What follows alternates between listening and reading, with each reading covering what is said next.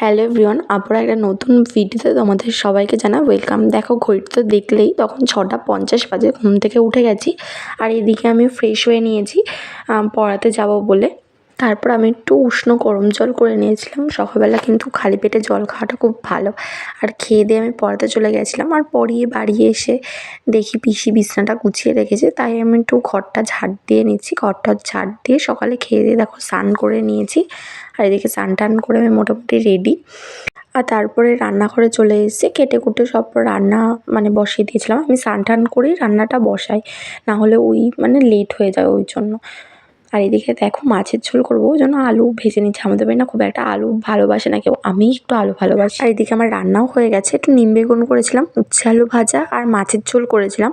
আর মা সকালে ভাতটা করেই রেখেছিল, একটু টমেটো ভাতে আর আলু ভাজা দিয়েছিল, আমাদের গাছের টমেটো কিন্তু।